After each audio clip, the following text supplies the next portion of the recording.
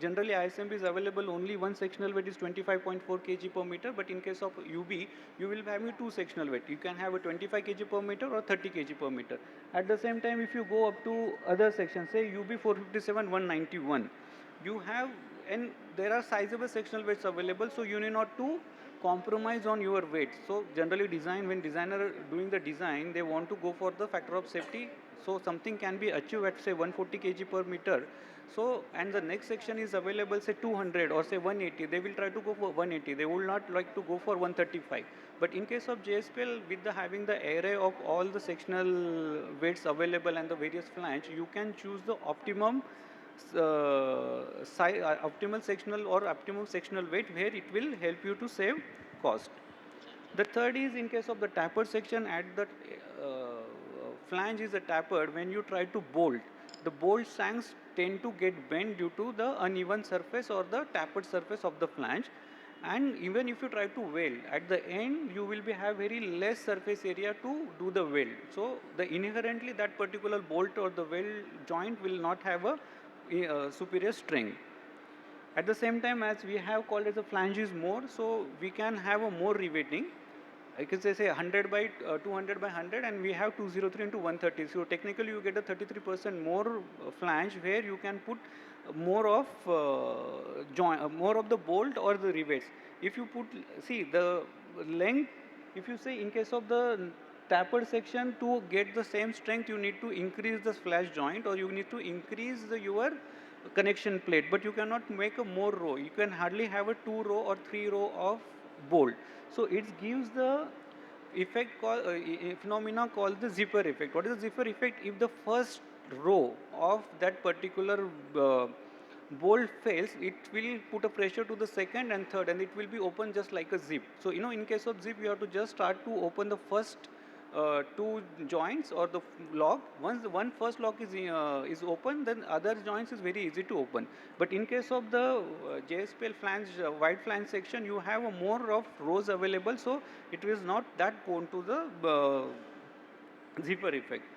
At the same time, we can supply you all this section in a various grade, right from E250, 350, 410, 450, or even for the 550.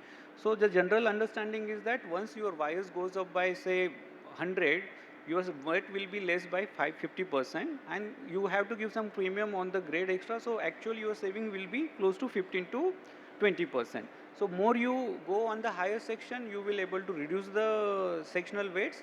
You can save on the transportation other parameters, but here one thing has to be noticed, that you need to start from the base. You cannot design something in E250 and then come back to 410. These are the other advantage where we can supply you the customized length, we can give a faster or time bound delivery. At the same time, our camber or the straightness is more controlled, wire UTS ratio is well controlled. Even we are not insisting on the MOQs. Once we consider all these parameters together, these are the things. We have a superior product, we can give the optimized lengths, optimized sectional weight, we can give the highest strength material, we can give the customized length and on-time delivery. So ultimately, it will help you to save your cost by completing the project with the optimum time and amount and efforts. Now coming to the development, we have also come up with something called the fire resistant steel. Till date, what the RCC has the more advantage is that when it's in case there is a fire resistance, but we have developed the steel as per IS 15103, which can withstand up to 600 degrees Celsius for 3 hours, and this is inbuilt. So you need not to do any type of coating or any type of thing. It can be used as it is. So whatever the disadvantage you find having the steel structures there, and then you are trying to convert by external coating, the vermiculate or the intumescent paint, it is not at all required. The second product is my hollow section, which we are using DFT technology, where you give a better control on the surface finish and as well as the properties, because it is directly from the strip. In general, it is formed as a circular section and then it's converted into the square or hollow. Here we are directly going into circular and hollow section, where in the range is 150 by 150 up to 600 by 600 in case of square, and in case of the rectangular it is 100 by 200, goes up to 400 by 600. We can supply into 4 into 22 mm, and wires can go up to 550. These are the symmetry. I'll just keep it. This is the direct thing. The last product is also because the sinusoidal beam. where the beam in case of the flange, it is a corrugated one. The flange is a straight plate, but in case of the web, it is a corrugated one. We have the corrugation system available at our plant. From that corrugation, it will be welded to the both the flange.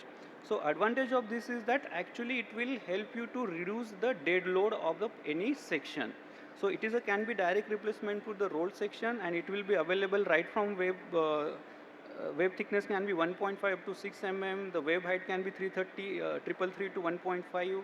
Beam length can be 4 to 16 meter. The flange can be 120 up to 450 mm. Flange thickness can be 6 to 30 meter, 30 mm, and it can be available as a tapered, asymmetric, or any customized length, and we can change our corrugation things also. These are the it's not visible, but I guess the organizer will be sharing the presentation. You can have those properties from there.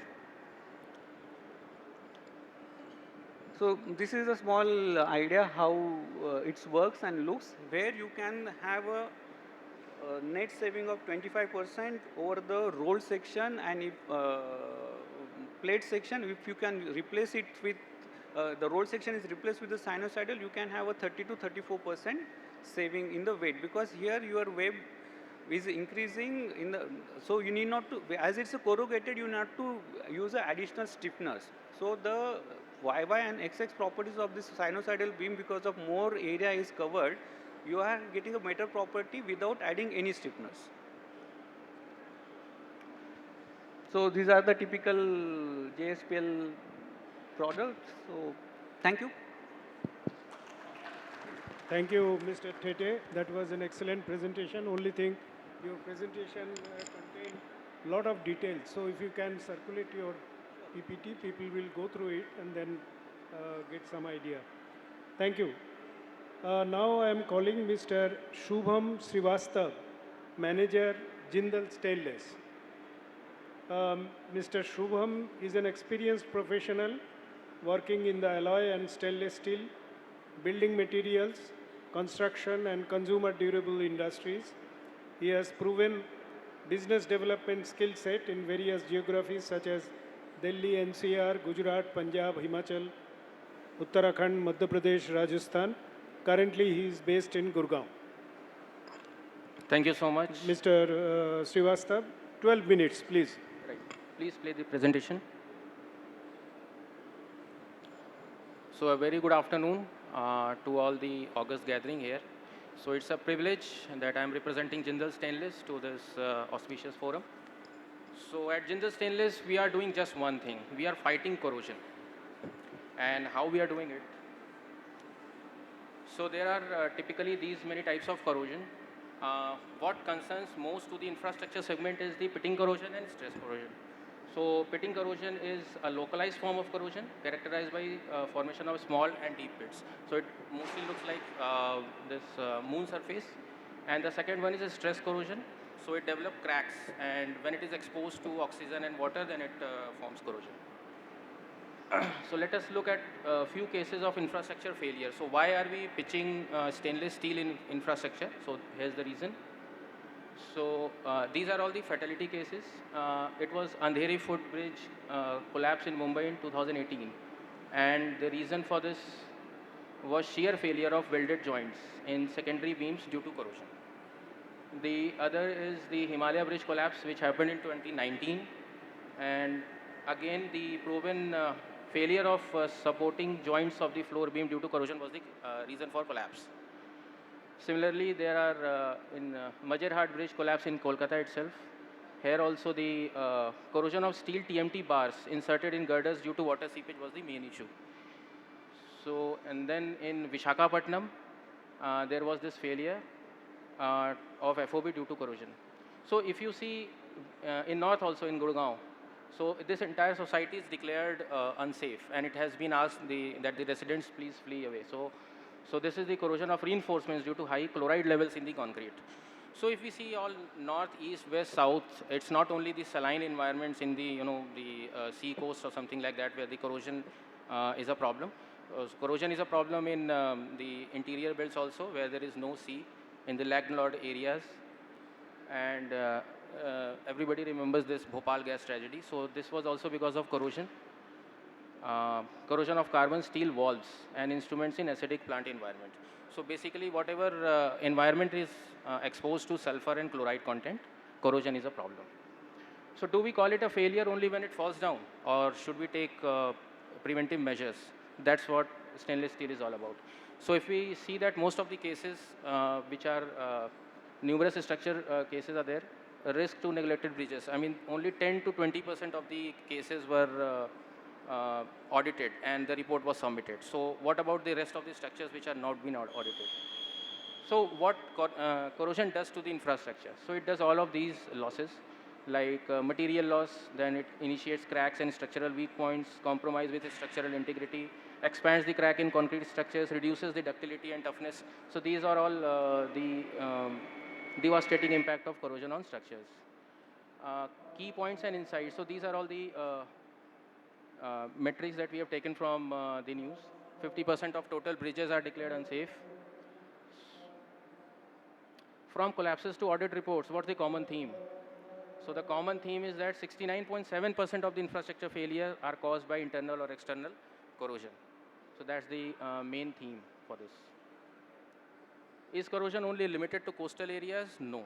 Like I said, these are the primary widespread challenge across India. So these are the primary drivers of corrosion. So whereas topmost cause is humidity and salinity, even today, because India has a vast coastline of 7,500 odd kilometers. But other drivers are industrial pollution, for example, in Ankleshwar belt of Gujarat, Delhi NCR belt of North India, high temperature and humidity levels, for example, Calcutta and Bengal region, sand-laden winds, temperature and fluctuation. So sand-laden winds also corrode these structures, especially in Rajasthan and Gujarat belt. And frost damage. So if we are talking about higher reaches of Ladakh or Uttarakhand or Himachal, there also corrosion is a problem. So I just skip this. Now see, concentration level of SO2 and NO2 in environment. So it's, I won't say directly proportional, but yeah, there is an increasing trend as the concentration of SO2 and NO2 increases. There is more corrosion in the environment. This is the corrosion map of India, very important. This is a very earlier map, 1970s or 80s it was done.